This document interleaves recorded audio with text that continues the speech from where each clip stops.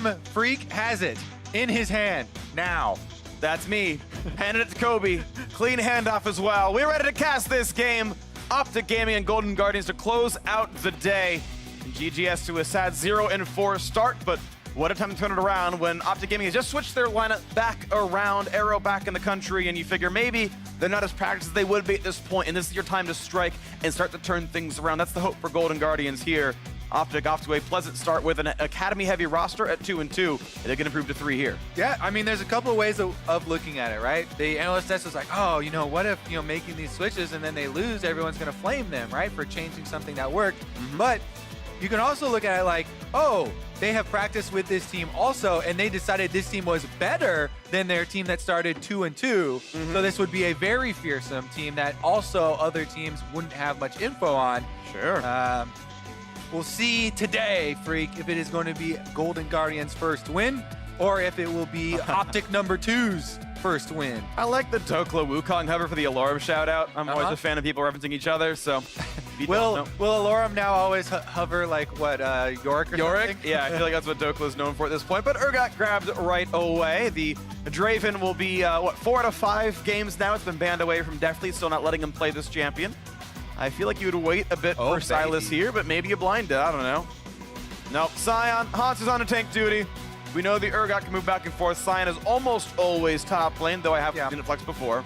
I mean, yes, he can be played in the mid lane. Technically, he can also be played as support. However, Froggen doesn't seem like the mid lane type of player. No, he's not the Sion kind of player. He's the Karthus kind of player. Ezreal, either way, is grabbed up, which is not much of a surprise with Draven, or actually Draven and Lucian off the table here, so definitely going to the tier list in this one. Are they going to pick Kaisa? Is he? I don't know. I feel like Arrow can play something else, but yeah, that seems likely. It's possible. Yeah, Sivir is an option, for example, if you're trying to play really aggressive. There's a Thresh in there for Big, and back on the stage. That was subbed out because Gate had played more with Asta. And we had always heard such good things about Big as far as his shot calling and the team atmosphere and everything. Yeah. From all of the people on OpTic, players as well as management. So we'll see if this does change anything for how they operate in game. Because Kobe, you got it. Oh my God! Wow! Right? You are genius brain right here. Bursting out of your skin. You passed it to me, so I have it now. You have it. You have it, and you were right. Braum being hovered. That doesn't seem too surprising either. And as time ticks down, I think it's actually already locked and they're on bans. I can't quite tell. Either way, yep, that was a very fast Braum lock-in. So now, Golden Guardians, what are you afraid of here? Both teams have picked pretty much the same roles. Most likely, Urgot and Sion are top lane.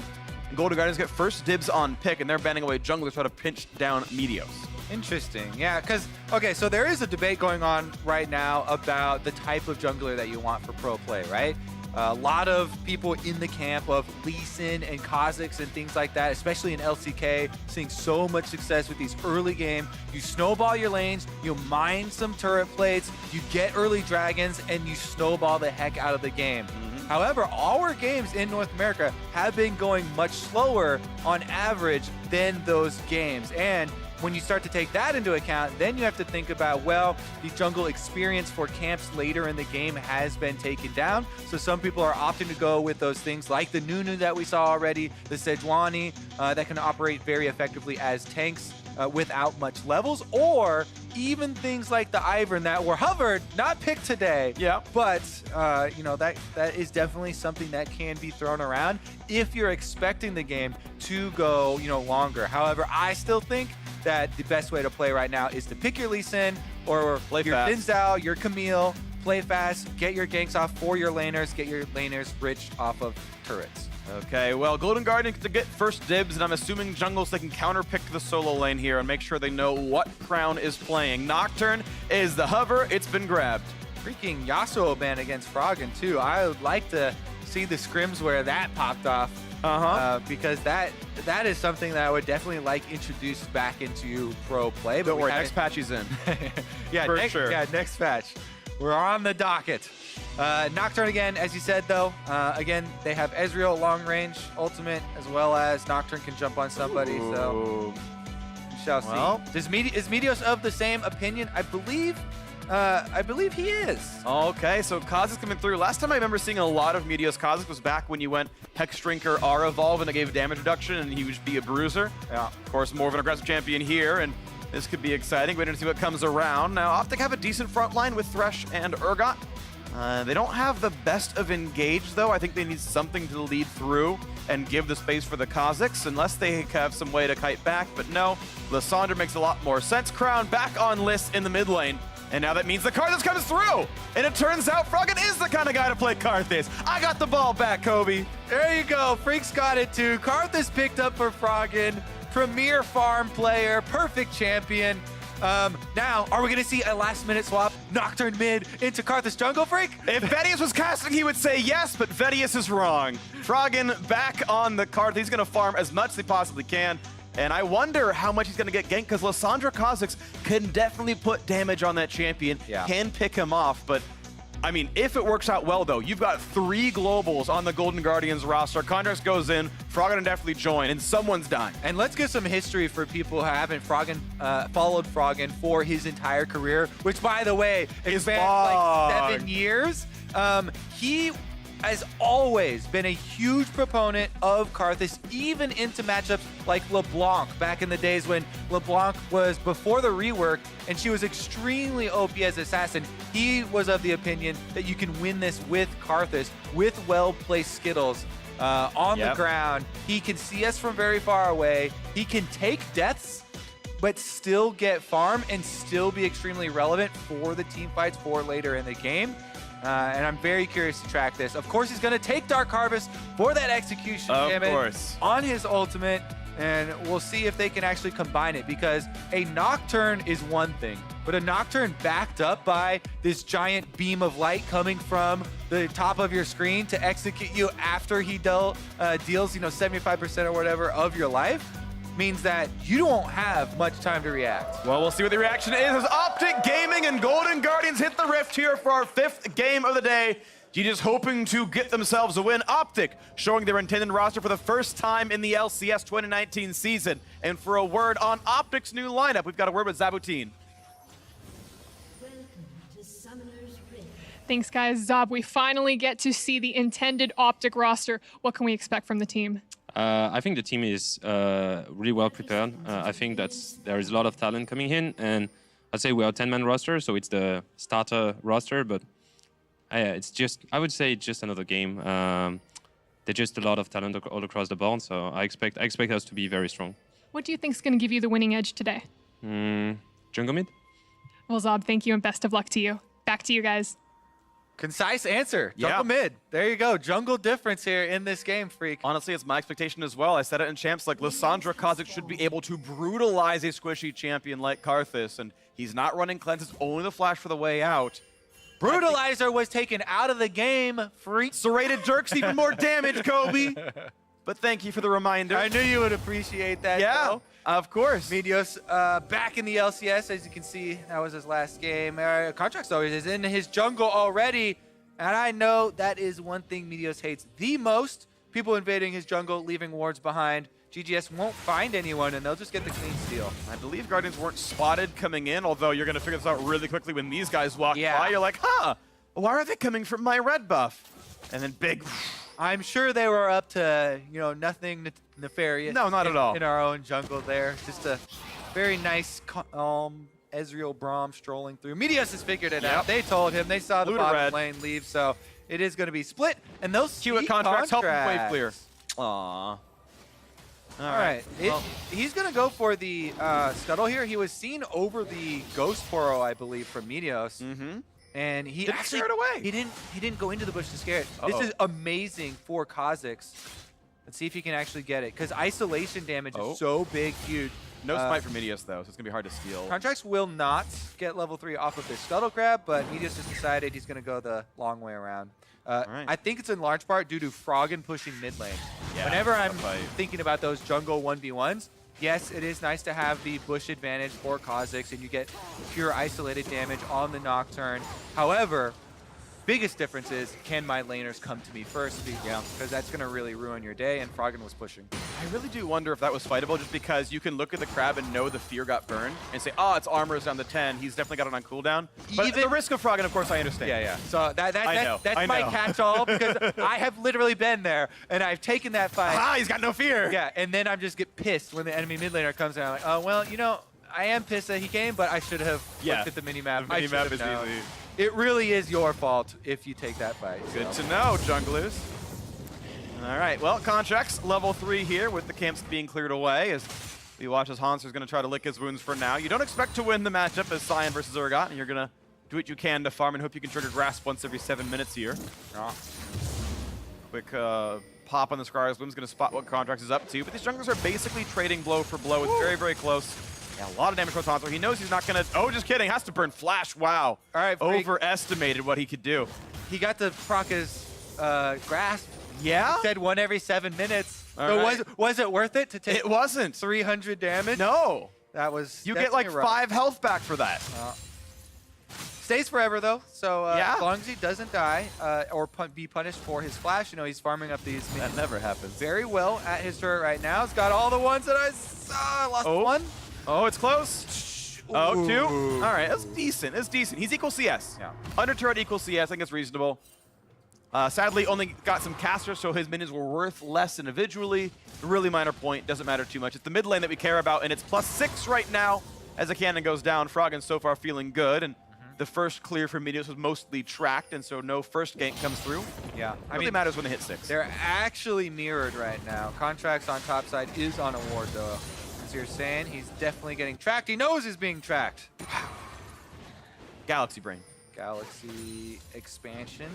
Let's see. Ocean Drake is the first Drake.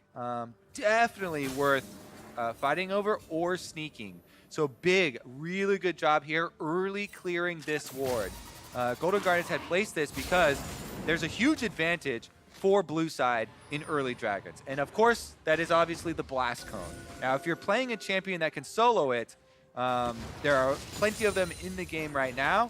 Blast Cone and sneaking the first dragon is actually an insane win rate boost. So good ward there from Golden Guardians, better clear from Big, and it definitely is a possibility that they have to worry about, especially if your mid and bottom lane are pushing. All right, watch out then for this one, as of course that blast plant has of course spawned behind that pit. It's about the same time as Drake comes up, so Yeah. not really an issue there for him. I mean, yeah, thank you. Kha'Zix isn't one of the champions that needs it, but it does make it safer because You don't have to burn your E. exactly. Sometimes you can jump in, you can YOLO it. However, if you get caught at an Ocean Drake slows you. Yeah. And you just get That's killed. flash to get out right there. All right, well, still the safe wave clear plus. So far, 8 in the mid lane for Froggen, feeling pretty good as the Crown's already burned his TP to get back to lane a while ago. Froggen's doing his first one here.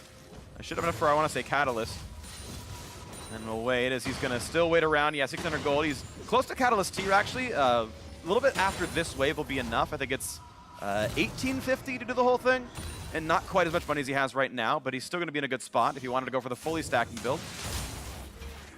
There's the Catalyst, and we'll see what comes up. Yeah, Boots, because he can't afford tier if he wanted to go for that one. Dark Seal instead, and he's going to be just okay. 200 gold lead overall for Golden Guardians, and honestly, it's not been their problem. Statistically, Golden Guardians have had a reasonable early game. They're not down that much overall, but it's been really getting away from them in the mid to late game instead, so somewhat par for the course, but with OpTic having the pressure in the bottom lane, they've been able to shut this one out. Ocean Drake's going to go over, and that's going to be huge for the early laning phase of OpTic Gaming. Yeah, and it's a Kaisa that has the lane push. Oh, Froggen, can he do it? He's got Smite. It's okay. Could happen. I know. I've seen stupider. I've seen rank 1 Janik use Steel Baron. Fair enough. Shout out to Zekit. Should have been Bloodwater, I think. Bloodwater. Classic Volt Yeah. support player. 2013. Shout out if you know that game. It was, yeah. Anyways, though, the point you were talking about, the pushing bottom lane, as we mentioned before, it's even better when it's a Kaisa because of the passive. Can really burn through the early Drakes. No big scare here for Crown. He can easily get the claw out. While Nocturne does have very potent all-in crowd control and stealth shield and stuff like that, it's not instant, so Yep. easily escapable there for little Sandra. As the crab goes over, and we get pretty close to this level 6. And there it is. Pretty much par for the course here for Contracts, but we had faster ones from Rush earlier in the day as you keep clearing the minions. Meteos should probably auto that one minion, so his Q does more damage. But otherwise, not a huge issue here as they keep just farming, and Meteos gets bonus regen because of Ocean Drake. Happy day. It actually is quite nice. Yeah. For Kha'Zix too. Let's see if we get any deeper vision, because right now, pretty good job, but it's mostly just these defensive one-off, jungler river wards basically for both teams, trying to defend. I guess if Nocturne's ultimate is available now, then it's not going to do too much for you unless you get really deep ones onto camps, and that's kind of dangerous. Looking at a chance at Gromp, didn't know what Froggen was going for. It wasn't that, and the blue hands over by himself. He gets to even save time.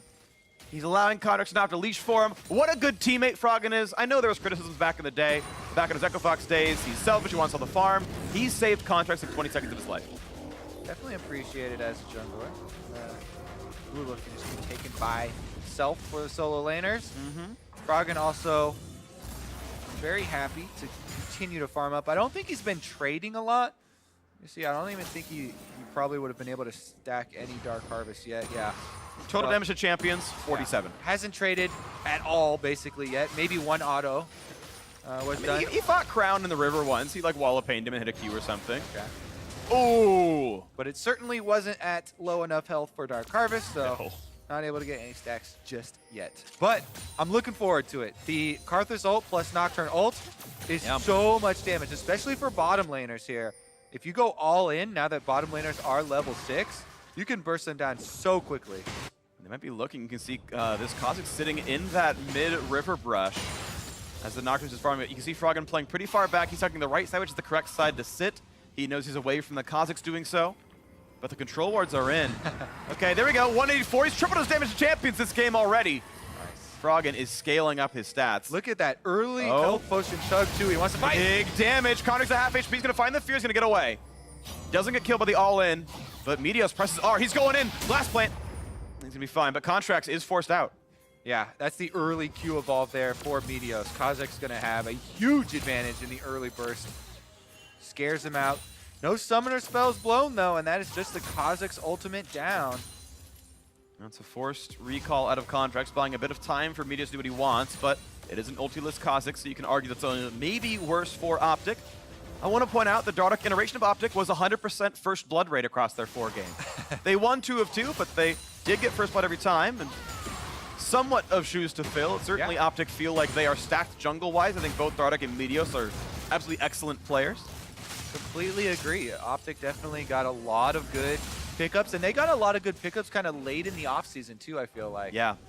They surprised a lot of people, and that's partially why they were able to get these wins with technically their academy roster, or most of it, with Crown being the one that has been kept constant. Oh, Rod of Age is now done, and we keep that 8 CS difference in mid lane. Of course, Crown not missing any CS because he's not pressured ever. So a farm off in that one, as the Proto Belt's also done on the blue side.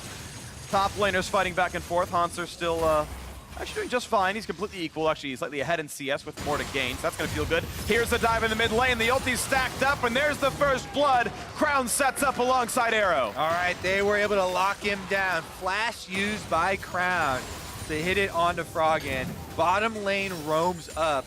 And again, we're seeing the consequences of these Kai'Sa lanes pushing Ezreal lanes in and allowing for roam of the bottom lane. Nice play, though, for Arrow to get up there. Finally, his first LCS game of the year, and it starts out with assist on first blood. This one, though, not... Oh, that's a good hook. Decent play. Ole is here in case he needs a shield. Just the ward going down. Nice little bit of poke there as well. Froggen is coming back in time to try and do something. Oh, they're going for the play. Infernal. TP, knocked him out as well. They're going right in for Big. He's got the flash. Nicely timed, gets over the wall and just keeps the Nocturne at bay. Exactly, the timing here. You have to allow the Nocturne to hit you first so he doesn't go over the wall with you. Yeah. Because once R is cast, he's gonna follow you. Teleport comes in from OpTic side. You can't cancel! So a quick stopwatch, but that's now Scion Q on cooldown. Round 2 as Braum hits the button, and look at the burst they've got. Contracts finds himself a kill, and Meteos has got to run. He's trying to get away, and he will almost certainly die when Kha'Zix, or I should say Karthus, finally presses R. Crown's running a bit low as well. When do they go for this play? Meteos back in his jungle, maybe he's gotten enough health, and Froggen not gonna ult him down, and so they're gonna leave themselves alive. Yeah, regardless, that TP sucked from Dokla. It did. You're not allowed to cancel it anymore, so it's much more difficult, and probably shouldn't give people as much flack, but there was not a convergence from OpTic here to get there in time, and there's 4 people around with Sion charging up Q. That does give up the Infernal Drake instantly. There's another look, though. It's just a flash from Crown, and Arrow with a follow-up ultimate. But yeah, here we go. Crown had just backed mid lane with the Claw. Meteos was on the way, but even with stopwatch delaying, trying to buy time for the team, that seemed like this OpTic squad were not on the same page with this call of the TP. Yeah. We don't know which side is to blame in situations like that, but they definitely were not moving as a team in time. And that was after they had just gotten a pretty big victory on the bottom side, only to lose an Infernal Drake here. Golden Guardian super happy about that. That's going to feel pretty good here. A mistake certainly gives them the opening, and now round 2. Is they're going to get this hooked? He's lassoed in. Certainly a kill, and Arrow now on the board with his first kill of the LCS season. Oh, there you go. OpTic getting one right back for themselves. Another kill here for them. See if they can get some more turret damage done. The turret plates just fell, so they might even be able to finish this one. Oh, definitely with the Rift Herald. Yeah, this one picked up. Summon, that's going to be a turret falling. So, 650 for first turret. And look Slam. at that. There it is. They had 5 turret plates with the drop downs there, worth of gold, mined for themselves before they dropped, which is extremely significant heading into the mid game here.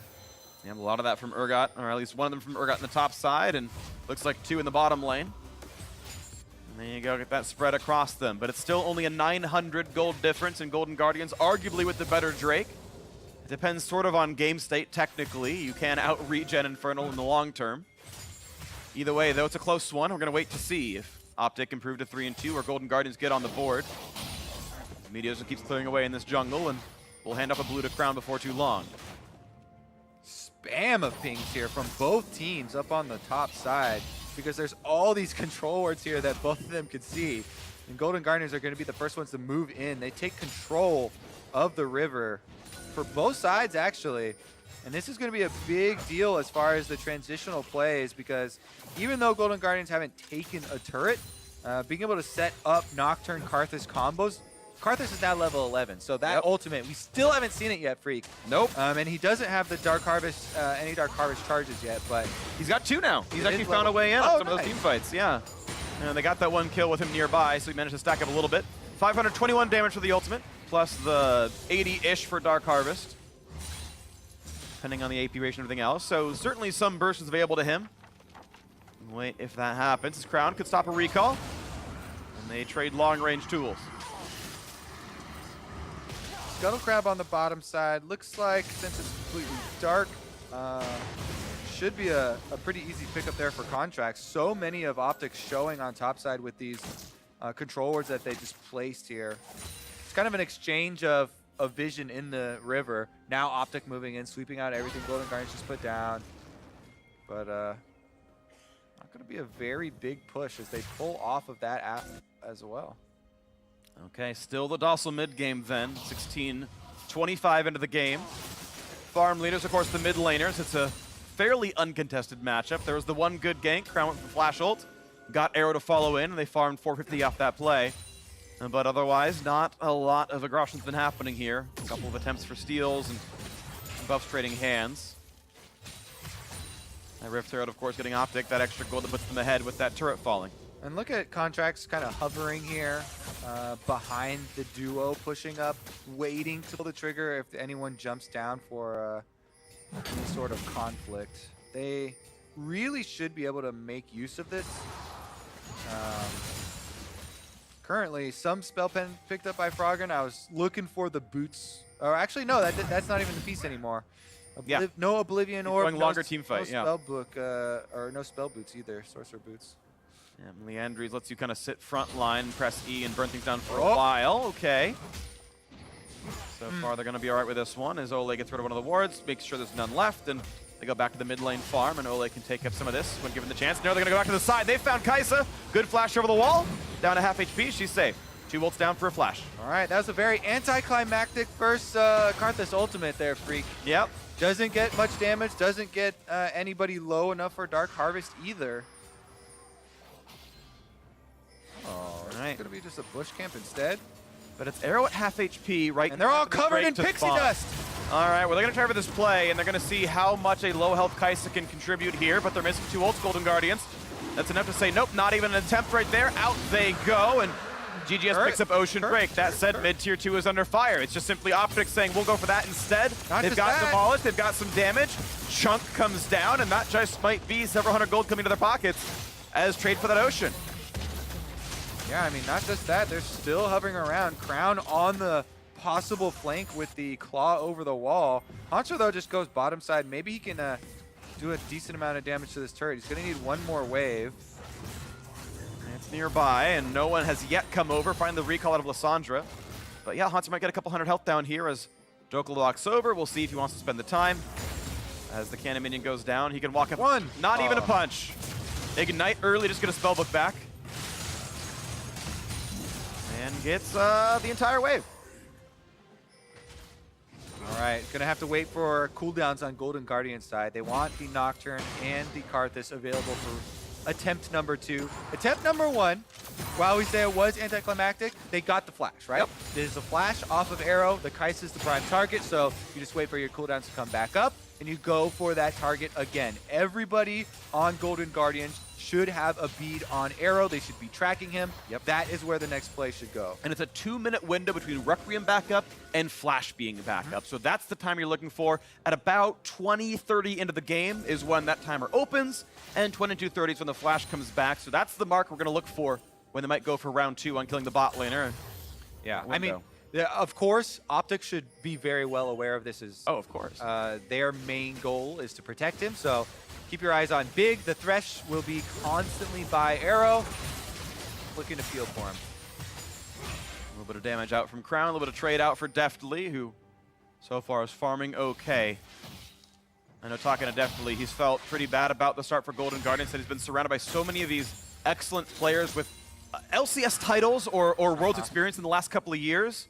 And he's like, but I'm the one who's around still, sitting here in 10th place. He's started blaming himself a little bit for this. I don't think that's quite true. I think definitely he's still a great player, but it started to weigh on him in a little bit. So far, this game's been decent. He's got the assist. He's got more farm. And we'll see what he can do later game in the Ezreal. Scaling up here, finishing up his last charges for the Muramana. He's got the Spell Pen boots. Ultimate should be able to do a decent chunk now. And they're just going to keep waiting around, sitting in that mid lane. Here's the opening. Requiem is back up, and they've got still 1 minute and 45 seconds before Arrow can flash away from a play. And they got Meteos nearby in mid. They got Big right here as well. And the window is slowly closing. We'll see if that play comes up, or if Golden Guardians really want to sit there and wait and farm and play a hyper late game. Yeah, I mean, it is kind of hard for them, because as we said, OpTic are very well aware Arrow's going to be playing super safe while his flash is down, and they have a Thresh on their team. So while the flash blown and the timing window is there, it's not so simple as 1, 2, 3 to fix it. There's one bot lane instead of flash. Hancho still has Zagger, but look at the burst damage. They've got him. Dokla's down in the 3v1 in the bot lane. Yep, they're able to get value out of both ultimates anyway, and the teleport does come in. Hancho flash if needed, will burn it. Crown's gonna proto forward, almost in range. Doesn't want to burn his flash, but he might have to. Contracts is nearby. There's the second claw. There's the ult. Is there follow through? Contract's over. He's gonna find the fear, and it's nicely timed to the stopwatch. Rest of the squad coming around. True Shot Barrage gets some damage. Crown is over the wall, and they know it. How do you get out though? Yeah. Spotted. He's seen. He ease away again. Almost gets the damage deftly. Okay, I've got here. Now what? Ole, I guess I gotta try to get the kill to Ole. Yeah, I mean, that's ideal. And he will take it. Takes the shutdown goal. Maybe could have waited. I think definitely could have certainly walked up and grabbed it. That was maybe greedy. Yeah, so if Braum just walks up and stands next to Lissandra, Yeah. there's no way that was 10 seconds. So Ole doesn't have to damage him. Yeah. He can definitely wait at least 5 more seconds before doing that. So I agree, he didn't have to take it, but in the moment you're like, whoa, Yeah, we gotta kill him just what's in gonna case. happen? Maybe he's magic. Maybe he's magic. You know, he's won Worlds before. Sometimes those players are just nuttier than you realize. Either way, the game is still very tight as Meteos walk top lane with all the time that Crown bought despite dying. It let Kha'Zix knock down that outer turret, so 500 more gold came through. Yeah. And it's still fairly close. I mean, that's what you want to do when you're caught out like that and you're going to die. Just waste as much time as possible, as far away as possible from anything meaningful.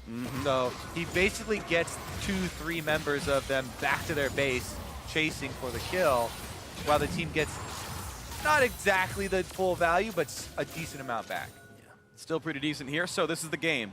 Still 400 apart, Infernal Drake is alive, and oh baby, there's no ultimate for this fight. This could be meaningful. They find Froggen for a little bit of damage.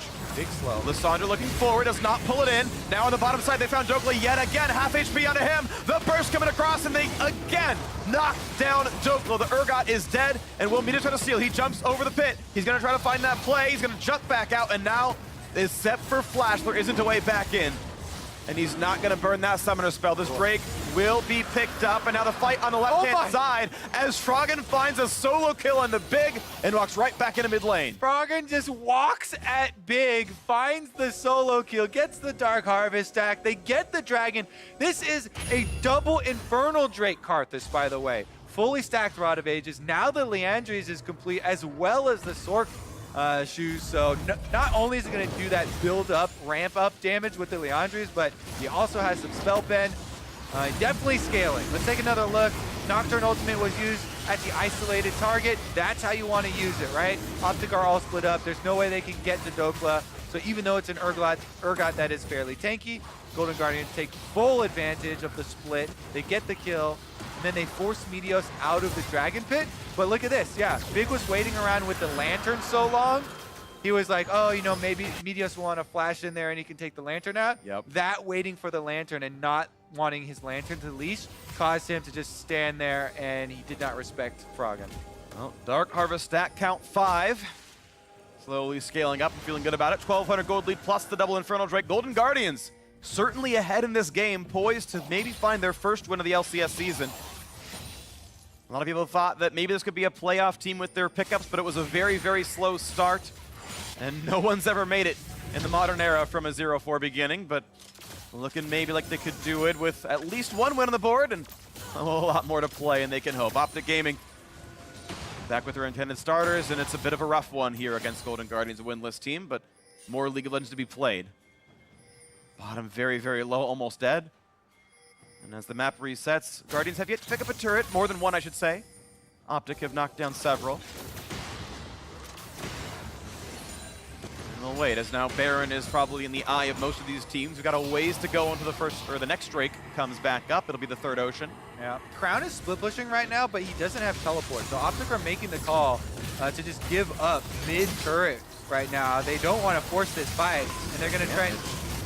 Okay, so wave clear and waiting for Crown to try and trade topside secondary. Yeah. I mean, Crown by himself, it is a Predator Lissandra, so it's not this demolish Aftershock Lissandra, but even so, by himself, If Context gets vision, he finishes can ult and start the fear, because the E's on cooldown, but not quite going to find Crown in time for that. Theoretically could have been an option, and maybe find the follow through with Froggen. But the turret finally does fall to minions, and that's still some gold in the pocket. Yep. Still a 1,400 gold difference. It's still close. Predator? OpTic. Oh, that is a wall of pain, and Froggen feels safe. All right, look at this control ward outpost that OpTic put down throughout the red quadrant of Golden Guardians jungle as well. Everything leading up to Baron is going to be lit up like a bright light. Meanwhile, they still get back in time to defend mid. Just barely. Just barely. It's getting chipped down. Golden Guardians, it feels like part of it is they are reticent to take an auto attack just in case there is follow through. They don't want to get caught out. Maybe it was an option. Didn't go for it though. Yeah. I feel like Golden Guardians will be very confident in their scaling though. I mean, they had a double Infernal Drake Karthus on their team. Yeah. And as much as you want to talk about how great Kai'Sa is later in the game, you know, with the Rage Blade and even the Hurricane builds now where you can hit multiple targets. Karthus with double Infernal Drakes just gets insane. This is a 10-stack Rod of Ages one as well. So as soon as Froggen, you know, finishes a death cap or something like that, Requiem will take out a lot of the threat of even a scaling Kai'Sa. And Ezreal right now is one of the best scaling marksman in the game with how these hybrid builds are going and the double tier builds come up. So Golden Guardians don't have to rush, right? They've got this early lead. Oh, wow. We're gonna look at a pretty quick Drake here, though. Sorry, I should say Baron Nashor. 5 on it right there. TP getting 4, so Crown to the front line. Slowed, though. This could be dangerous. Flashing away, has a self-hold away from Nocturne. What can this fight turn into? In goes Braum, finds a knockup. Oh, the kill in the Crown, but they've got Arrow already. And now Dokla, again, caught alone. He will drop as well. It's 2 for 0, and Froggen has the ult. If he wanted to kill Crown, it would have worked, but he doesn't press the button. Didn't know that he was away and not yet in the base, but they can still look back at the Baron and again look for this play. Froggen got the crap. Teleport comes in here, though, from OpTic. And they're gonna try 3 versus 5 to stop this one. Spite is up on both junglers, and Meteos has the ult as well. He can turn Invis inside the pit and make it easier to find that steal. Still trying as Haunter tanks up the shots. The Ocean Drake gets a little bit of regen. Back to the Golden Guardians lineup. Lower and lower it goes. Meteos is just checked by Ole. He can't yet get in the pit. Pops the ult, leaps away. Look for the flash. They're waiting him out, though. Gets a land to the other side. He's still trying to find the opening. Baron is still at 2,000 health. Can they find Meteos? Now it's Karthus' turn to join in, but they got the Guardian Angel out of 1, but they've killed off Meteos. There is no Smite left. They can burn down the Baron. It's up to Crown, but the Claw is stopped by Ole, and the Baron is picked up by Golden Guardians. They actually ran a full circle around the Baron pit there, only to be ended by Froggen's Requiem, finally taking down the enemy jungler and allowing Golden Guardians to finish it off with no threat of the Smite steal. And the kill is late enough that they can even grab the Ocean Drake on the back half with no contest at all. And this is looking like the one. This is looking like that first win of the split here for Golden Guardians. From 0-4 to maybe making the comeback season. Yeah. This is their Drake. They've got the Baron. They've got the power play. And they can take a lot. I really don't know what you can do against Karthus at this stage in the game. Fully stacked up. All right, let's take another look at the ring around the Rosy. Meteos starts on the top side. Ole is on him hard right now. Braum trying to chase him, trying to stack up the passive, doesn't get the last hit, and Big does get the Thresh Lantern all the way around to the opening, and Froggen decides he's done chasing and just goes with the ultimate. Dark Harvest, boom, able to find the kill. Contracts, gets back up with his Guardian Angel, and finishes the job. All right, well, Baron buff on all 5 of them. Owning the Guardian Angel was lost, and they are now pushing down in the mid lane, and definitely we know can chunk these turrets down on Ezreal. Insurance policy, Marksman 0, 0, and 6. And as that turret's getting lower, it's going to drop right here, and more gold heading their way. 5,000, 6,000 ahead. Now look at topside. Hank's going to push this wave in, and Contracts is here to help join in. And the defense is a bit scattered here. Crown on top side, and he can slowly kill the minions off, and looking to try to do so, but mid is still the object of the Golden Guardians' affection as this turret falls down to 2/3. Meteos in the wings, finds a slow. Dokla runs forwards.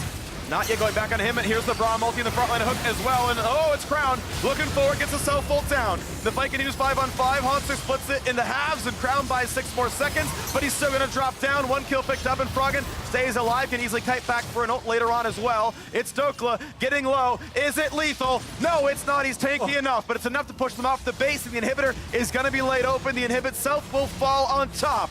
Golden Guardians win the fight and crack open the base.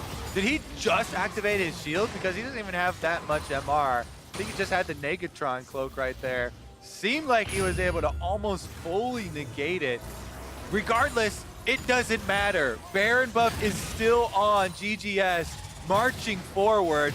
Yeah, Froggen's marching very far forward. He got flash, but a great hook's gonna find him. He's gonna try to flash away and just barely stays alive. Gets the shield from Braum. Now a knockup. Dokla low again, but at 1K is enough for now. Nice hook in towards Haunter, but not in turret range. He's gonna stay alive at 3,000 health.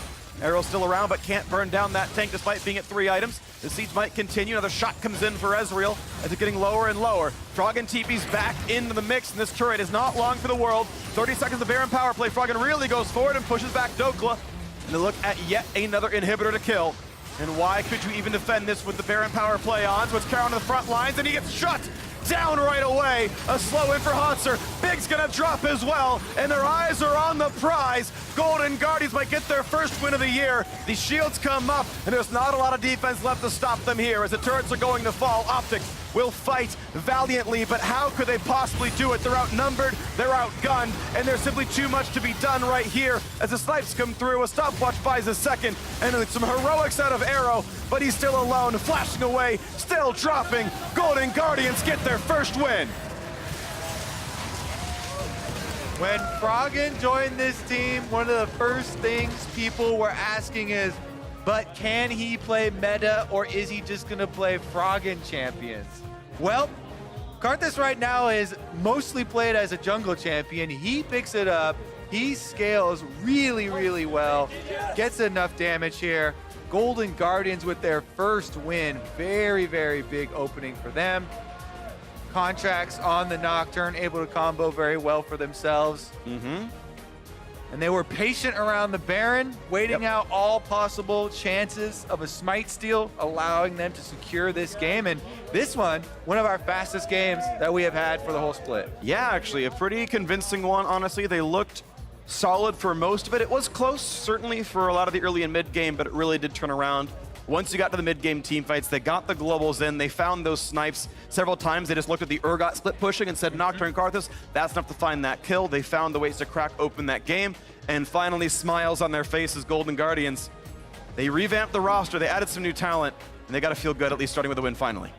Yeah, definitely. It can be so demotivating and difficult to start a season out like that, because this team was back-to-back 10th places last year, and they made so many changes. They changed everything. Coaching structure, players. 2 players remain. Like they made all the changes that they could, and yet then they still came back and they were starting out with losses. So getting a win on the board here is going to be very big for team morale specifically. Yeah, still I think a lot of unanswered questions. Keep in mind, we don't know how good of a win versus this OpTic roster is. The old roster, we said, okay, they're a solid middle of the pack team. That win looks good. This roster coming back in, I don't know how much time they've had to scrim. They obviously switched players around and put them back in. In Grodic's first game, it was his second game ever with Crown. But over the next week and a half, you figure he probably put a lot more games in. At what point did Meteos take back over? And it's just an unanswered question.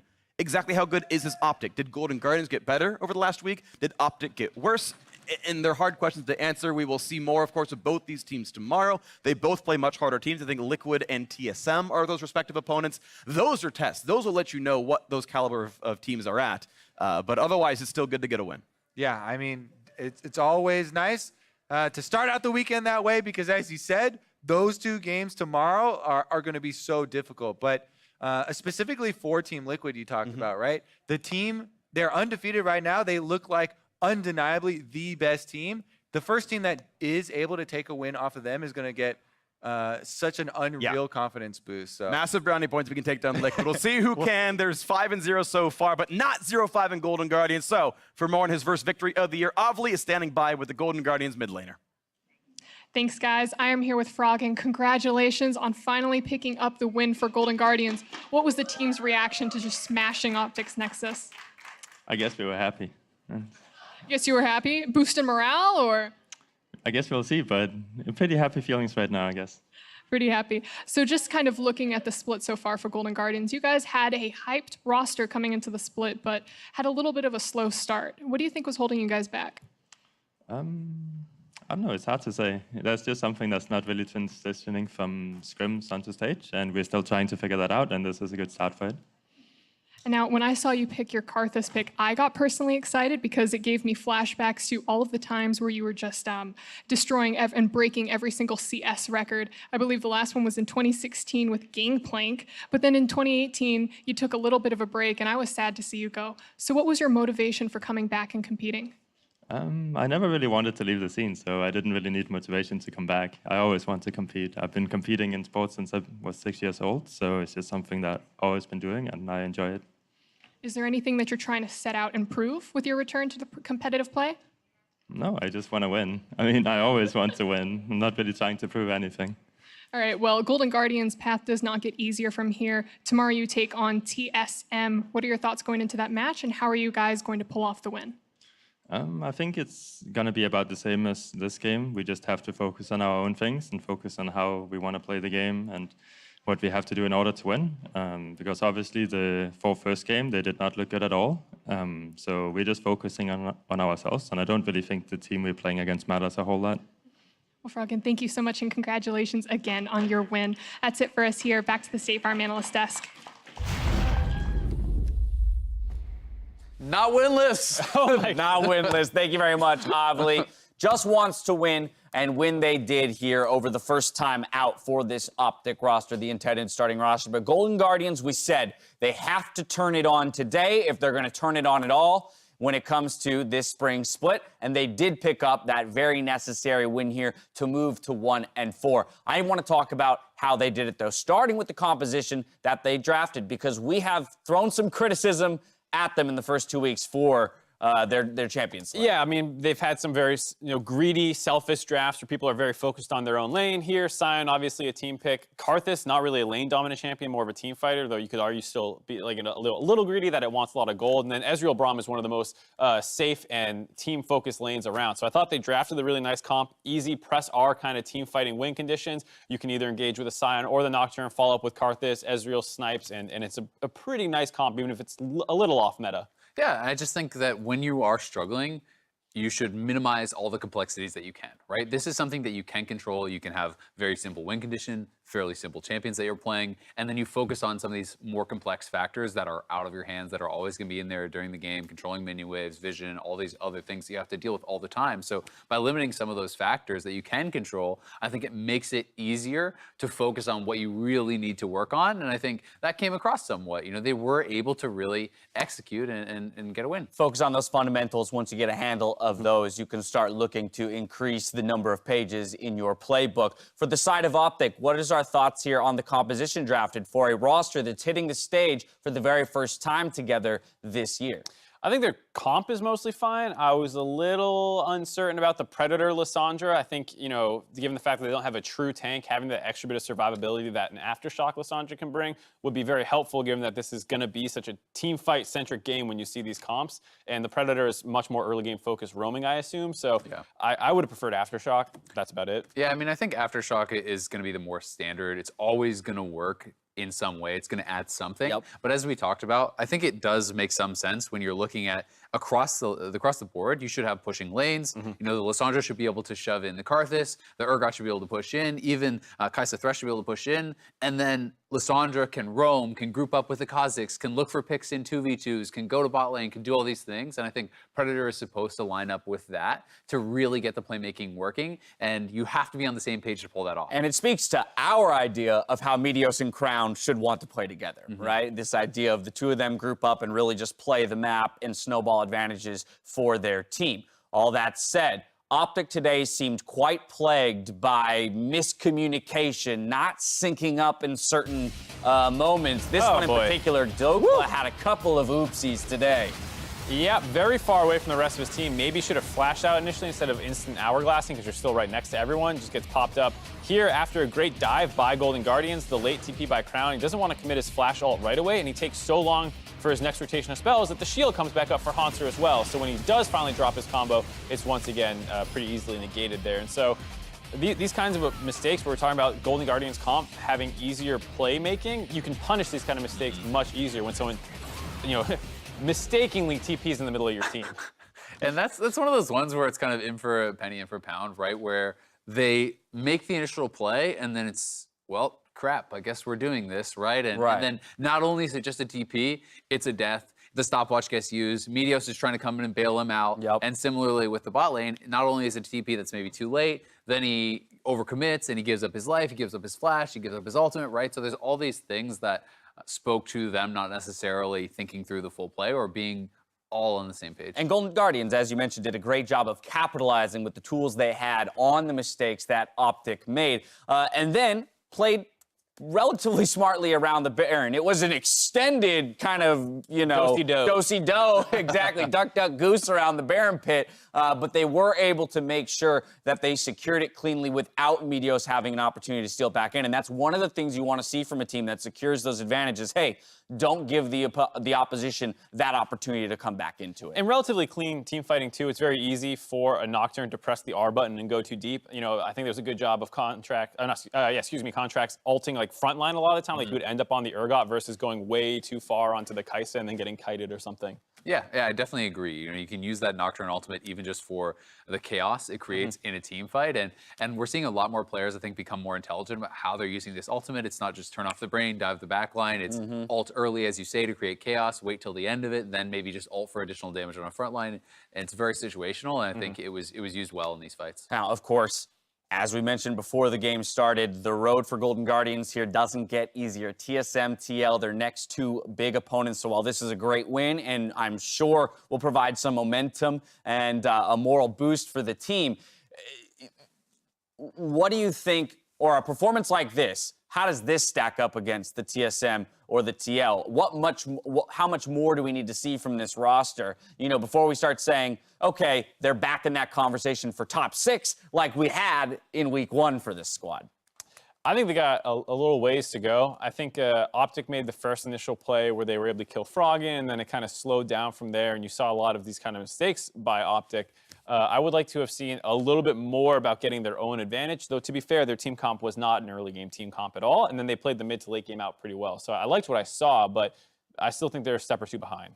Yeah, I mean, especially if you're talking about TL. I don't think anyone is really in the that's TL not a fair conversation question. right now, right? Yeah. They're in their own league. I don't think that TSM is unassailable. They're sitting at 2 and 3. They're one game ahead, right? If Golden Guardian beats them, they're both tied, right? Yeah. They're sitting at 2 and 4. So I don't think that is beyond the realm of possibility. I still certainly favor TSM, but as we saw today against C9, they were making mistakes of their own, and they were having those capitalized on by their opponents. So if Golden Guardians were to draft another straightforward comp and be able to capitalize on some of their opponents' mistakes, then I think they can win those games. It remains to be seen if they can kind of force those errors and create their own advantages without relying perhaps on some of their opponents. Well, we have no winless teams in the LCS as of today, and as we wrap out the day, let's see how the teams are stacked up. Team Liquid is still very much king, while Cloud9, Counterlogic Gaming, and FlyQuest all sit tied at 3 and 2, leaving a 5-way tie in 6th at 2 and 3. Let's check in to see how those predictions played out for the day. Kobe, I remember, came up big in game 1 of the day. The call for CLG over Echo Fox was clean. High will be hurting for that one. And then, of course, that Golden Guardians upset victory here in the final game of the day. But Kobe with the 4 out of 5. That's got to feel good. It got to feel good for him, too, since he bought their stock. I bought the CLG one, so I'm okay. But yeah, still feeling good about that. 100 Thieves, I think, as an org, should feel good as well, not just us who are starting to believe in them a little bit more. I think hopefully they're believing in them. No, Mark. This show's all about us. It's about you. Yeah, all right. Let's be honest. Well, then I'm mad they won because they messed up my prediction. All right, well, meet us back here tomorrow where Echo Fox and FlyQuest duke it out in game 1, followed by Clutch Gaming versus Cloud9 with 100 Thieves versus CLG in that 5th game of the day. After those games, stick around as Freak plays host to OpTic Gaming's Big and Gate on this week's LCS Cooldown. Looking at tomorrow's schedule, any big ticket items that pop out to you guys? I think the TSM Golden Guardians game, just because I want to see how much further Golden Guardians are improving, and because TSM did look pretty vulnerable today. We thought they had a better draft. We thought that was a game that should have been winnable based off how the early game went, and then they got outplayed by C9, who I still think is one of the best teams in the league. Definitely. And it's about finding if these two teams are closer or further apart than our expectations.